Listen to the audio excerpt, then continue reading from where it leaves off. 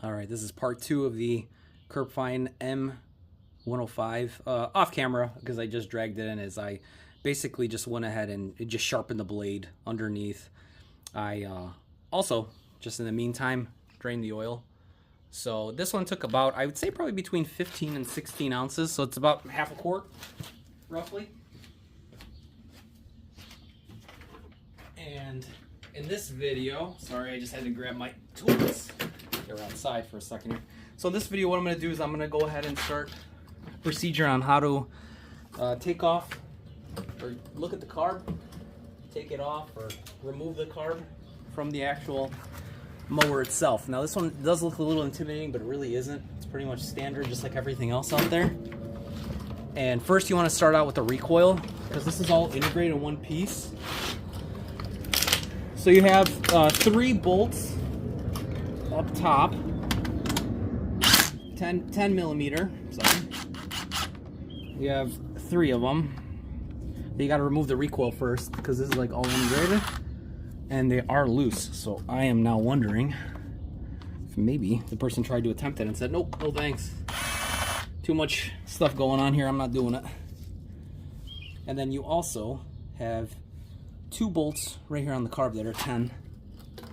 That are mounted there. I'm assuming these have to be removed too. They're all the same, they're all 10. It's the same like little nuts on these. So I'll keep them separate though, but they look relatively all the same. So once you remove that, you pop off the top, the recoil, you just put it to the side or let it dangle for a little bit. And then you can go ahead and remove the cover. Now this should be integrated, I believe, with the tank on the side here. So yeah, see, I have full fuel in this. So what I've got to do is I'm going to empty. Actually, you know, maybe not. Maybe I don't have to empty it. Maybe I could clamp it for now. I'm going to have to empty the fuel out just because I don't know the condition of it and whatnot. Oh, and also to note, when I had it tipped over when I was letting the oil out, this thing was like 3/4 full. I probably should have put a bag over the top of this cap, and then tightened it so then it didn't leak anyway. It leaked a little bit out. You can see it kind of like made it a little bit out. It didn't do any damage. It's just more or less it's just a hassle. Maybe I can actually drain some of this gas shortly here. Yeah, I hate to leave it dangling like this, but I'm gonna try to drain some gas out into a container I have. At least I can check the condition of it. So what I'll do is I'll get a funnel here and be very careful, of course. I'll try to be. Keyword is try. Yeah, see, this is gonna probably make a mess. I gotta be very careful.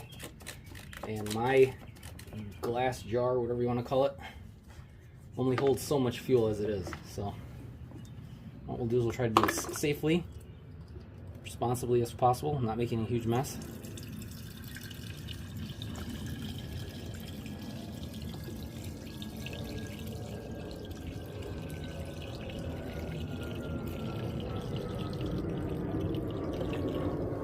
And actually, that might be the perfect size for this jar for the fuel. All right, I'll just let it continue to trickle, trickle, trickle. Check the condition of the fuel.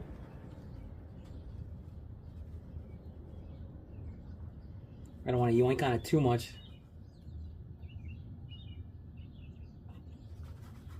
All right, looks like it got all the fuel out. If there's any trace of it, I could always just empty it out. We'll just tighten this back up for a little bit. What I'll do is I will actually, you know what, I may actually just go ahead and see if the cover, sorry for blocking it, I'm trying to see if this cover will come out. I'll leave the fuel for a second to the side here. Yeah, it's still got a little bit in there. I'm going to tighten it all the way. Should have heard the click. Now it's tightened. So I'll put that to the side. I got the cover off. So I'm trying just to make sure I pull it off correctly here. Alright, it slides off. The only thing holding it is the back of the PCV. So what I'll do is I'll gently pull on the back of the PCV tube. And that should be it. And there you go. It pulled it off, one of the actual bolts there. What I'll do is, so you guys can see a better angle of it, I'm just going to remove the actual clamp right there going to the carb. That was just actually a piece that connects to the carb mounting box. It just, sometimes these like little, I don't know if you consider them rivets, they kind of just pop out with the assemblies. So what I'll do is I'll eventually just shove it back in there, and then when we go to tighten it, obviously it'll sit in there like the other one is flush. But sometimes they come out, I know, with the studs, so. One way, or it goes the other way maybe. Oh, it goes underneath. Okay, so it just goes underneath, you pop it back in. I'll put that to the side. That doesn't really need to be cleaned. Let me get a pair of pliers just to undo that portion.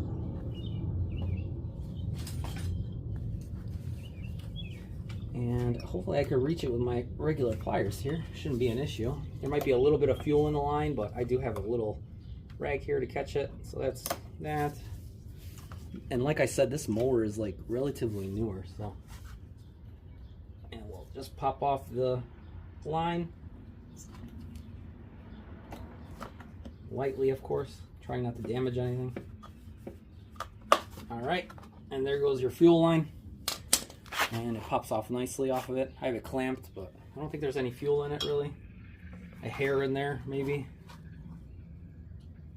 And it's losing suction, so we'll just leave that right there. Maybe I'll just put a rag underneath it in case a little bit of fuel drips out. I usually use cardboard, but today for some reason I decided to just see if I could just do it like this. But cardboard's always a good thing. Doesn't stain it, just in case there is any like weird oil leaks. Gas will eventually evaporate, but really weird setup on this. So if you look at it, you have your auto choke here. Obviously when the engine's running, pushes the blade and it opens the front of the choke. If you guys can see that. See how it opens it as the propeller or engine would be spinning? It opens it. So this auto choke has it there. There is your cable right there going to the exhaust portion when it heats up to obviously push the position over, or it pulls it. I'm sorry, this is like a pull. Yeah, it's a really weird setup if you look at it. So you have a cable there going from the exhaust muffler to like this like bracket that's almost like a Z, and then you just have this little cover right here on top that sits in the position of this front, and then you have your actual throttle right here that, you know, actuates as it goes. But the gaskets on it are really good on it, so I don't see any issues with this one not being too horrible just to clean.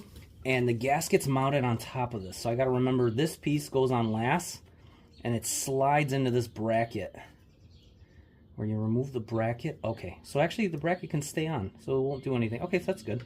So what I'll do is I'll nicely and gently put it to the side, noting the position that it has to be in this portion right here, because it actually rides the center of this piece, so it probably controls the position of it. So that would be fine.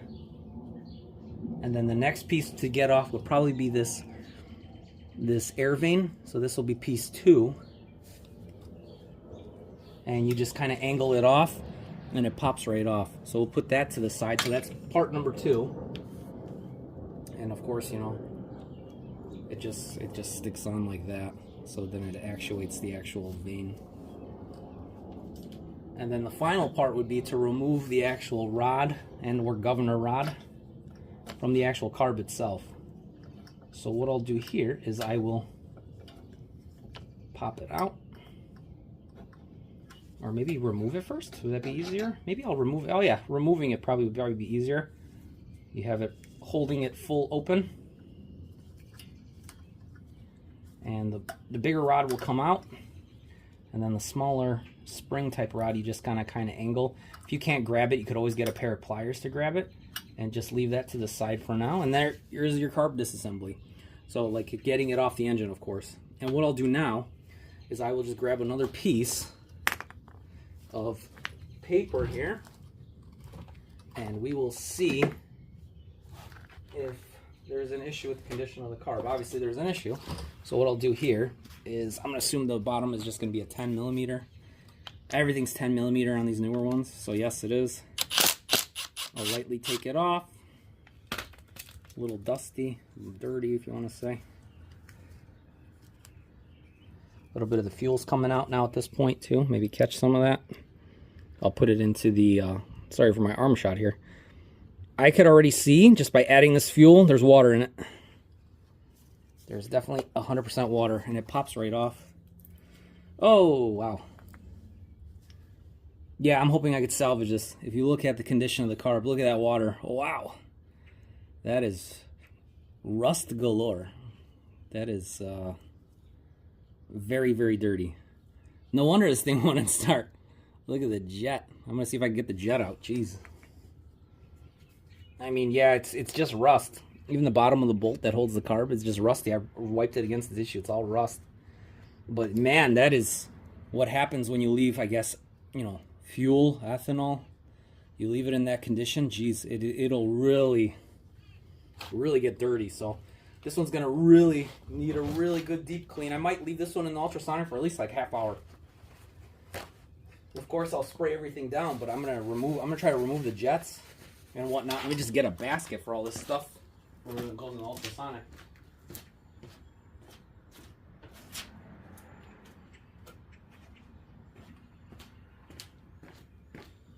And yeah, if it's like really bad where obviously it doesn't want to work or start, it probably might need a new carb. Might be a one for replacement, which I wouldn't mind replacing, honestly, because condition of the motor's pretty good. So what I'll do is I'll remove the pin. Let me get a pair of pliers for this just to yoink it out. These kind you kind of just want to disassemble. And I'll pull the pin out. And I'll put that right now to the side. I'll remove the jet out. And the bottom of the jet, you know, you could see the rust buildup. Sorry, camera's trying to autofocus here. I'm trying to show it, but see the condition of the needle looks fine. It's just rusty. It's really rusty. So there's no fuel flow. And I'm going to try my best to attempt to remove the inner jet with a flathead, but I'm going to be very careful because I do not want to strip that. And I'm just trying to find a small flathead screwdriver that'll fit into that small crack, which I'll try this one. My Craftsman, that's just like a long wrench. And what I'll do is I'll line up the tabs and just try. Okay, now I'm in the actual jet. Be careful not to strip. Okay, I think it let go, so I'm not going to use an impact obviously on this part, just because these are brass jets, so these will probably easily strip. But it looks like I got it first try, so that's pretty good. Just giving it a little bit of an opening here, and we'll get the jet out shortly here. Might have to tap it out. Okay, should be relatively out. Let me give it a little couple taps. There it goes. Fell out in one shot. So you can see all the orifices are all clogged. So it's good that we basically remove this. And the actual jet itself, from the bottom you can see it's really dirty and grimy. And there's no hole there. So what I'm going to do is I'm going to lightly spray it with carb cleaner, but this definitely is going to have a good soak, just because I know if it soaks really good, it may save it completely for me having to replace it. So it's always worth a shot to try. I mean, if it was somewhere it was leaking inside the gas was over full, I wouldn't even bother with this. I would just most likely just drain it and keep the carb for parts, because I sometimes will run across something I need a miscellaneous part to. This may actually save whatever in the future. But what I'll do now is let me just grab a little pin.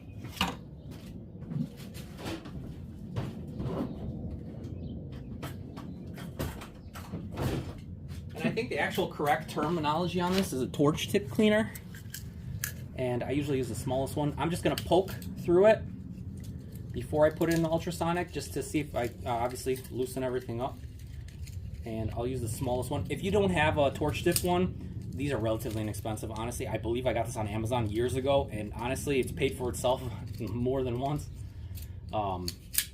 You could always use a bread tie. I know people were I was using a bread tie when I first initially started doing all this stuff, where I didn't have everything. So I'll poke it through the jet if I can. Oh, there it goes. See? Just got through. I'll move it around a little bit. And like I said, this is going to have to sit in there, but at least we got the jet opened. As you can see now, you can see a little hole. It clears it.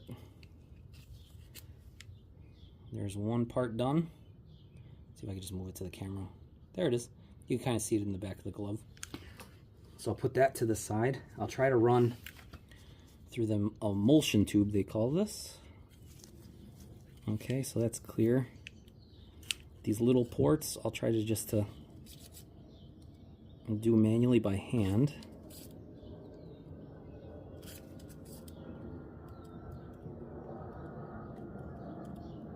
And it makes sense why the guy didn't want to mess with it, or whoever owned it before. Most people will not do this far. I mean, if this was me personally and this was my only mower, and I know it runs and it operates, in this day and age, honestly, it's probably cheaper just to go and replace the carb. But since I have the tools, I have the somewhat knowledge, right? Just by doing this stuff from time to time, I will do my best to try to save it first before having to replace parts. But if it called for a replacement, I would just replace it, honestly, to save time. But this one may come out really good, so I'll just run it through this port right here for now. And everything I miss, of course, I hope that the ultrasonic will clean it. There's just a lot of these little ports. I'm just trying to clear them through. And then just help the ultrasonic, obviously, just push it through. So what I'll do there is, and then I'll take some carb and choke cleaner. I'll just lightly spray it down the tube, around the tube.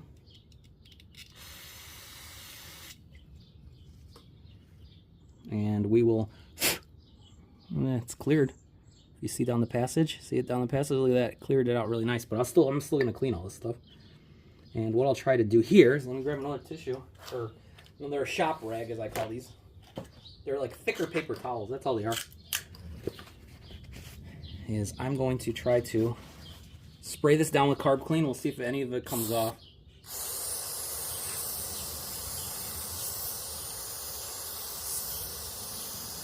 Always do this in a ventilated area. This is really strong. Just so everybody knows. And what I'll do here is I'll let it soak for a second. I'll grab another rag and I'll wipe it with that. And we'll try to get as much grime and dirt off before I put it in the cleaner, in the carb, in ultrasonic.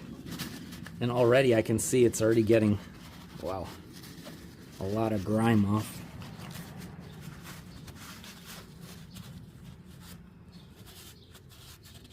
And this carb, if I can save this carb, that's pretty amazing, to be honest with you. I mean, is it going to be perfect? Hopefully. I mean, I got to try to make it as perfect as I possibly can.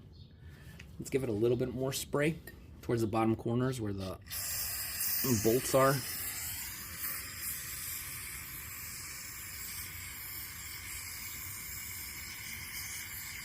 And what I'm trying to do is prevent any of this stuff from obviously getting to the emulsion tube and up the jets, because you know you want to obviously have an open port, so you don't want any issues later on when you go to reassemble all this, because there could always be a chance that some of this loose dirt, grime, whatever you want to call it, rust, ethanol, it gets into the actual emulsion tube again. It has a very highly likely probability of doing that.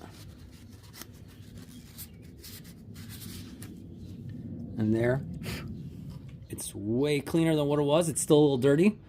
We'll still put in the ultrasonic, obviously, but it looks way better than what it was, and I got most of it off. I'll just spray it a little bit lightly more. And the Carb Clean is working really well at breaking down the grime. I may even just use another fresh towel or rag just to wipe. And I do recommend these like blue rag towels. They work really well. They help prevent some messes. I mean, obviously you're going to still have messes no matter what. But just by cleaning it up, it's a thicker one. So just a thicker paper towel slightly. You know, do they work miracles? Probably not. But for some of these applications, you know, you just want to wipe it down and just make sure it's clean. It's good enough. It's good enough for what it is. So. All right. If you look at it, way better. It's still a little bit of grime. I'm going to hope the ultrasonic will clean that out really good. get all the little crevices and corners. If I really wanted to, I could also get a little brush wheel and just brush around there.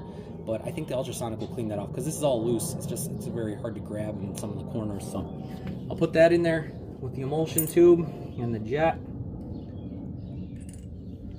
And also I will make sure to clean the bottom bolt.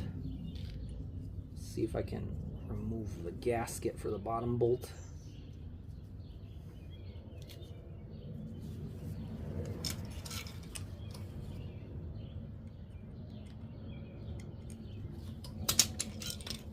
I'm just trying to remove the actual gasket, sorry. Don't think I left yet.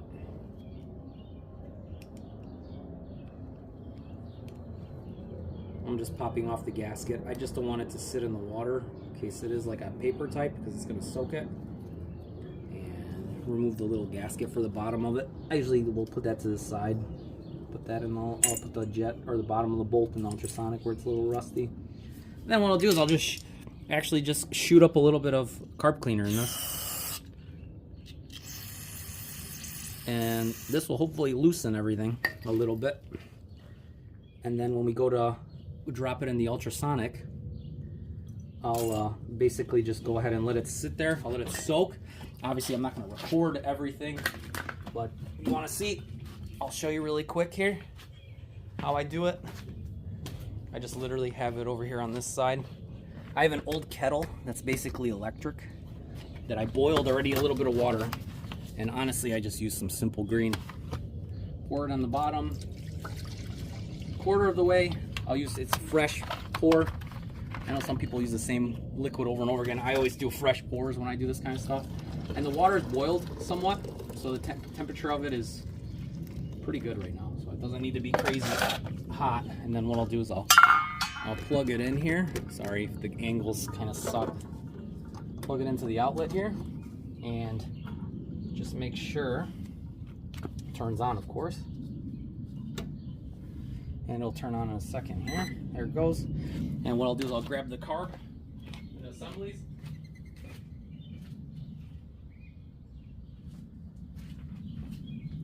And we'll leave it in there. I left everything nicely in there. It's in the tubes, so then everything could get a nice soaking. The float will obviously float, making sure it works. And we'll go ahead and let it do its thing. So then I'll set it for, I'm gonna go 20 minutes on this one, and then we'll set it. And as they say, forget it. Alright, so the next part, I'll go ahead and reassemble it all. I mean, I probably won't record that. It's probably just gonna take a process. So once I have it pre-assembled, I'll put fuel in it, we'll run it, and show you it's good. It'll be a quick video. Yeah, stay tuned. Thanks for watching this one, and I will check you out in the next one. Take it easy. I just wanted to add this part before I install everything back. Look how clean it got, actually. Surprisingly, all that rust and buildup, it did a really good job, the ultrasonic did. So what I'll do is I'll add this to the end of the video, end of this part here, and then you guys can see it. But I just wanted to show that, yeah, ultrasonic cleaning, it did really help, also breaking it up and then just running the actual torch tip cleaner through it. It did a really good job. But yeah, hope you guys like, comment, subscribe, and I will catch you guys out on the next one. Take it easy. Just a little bonus footage this was. All right, take it easy.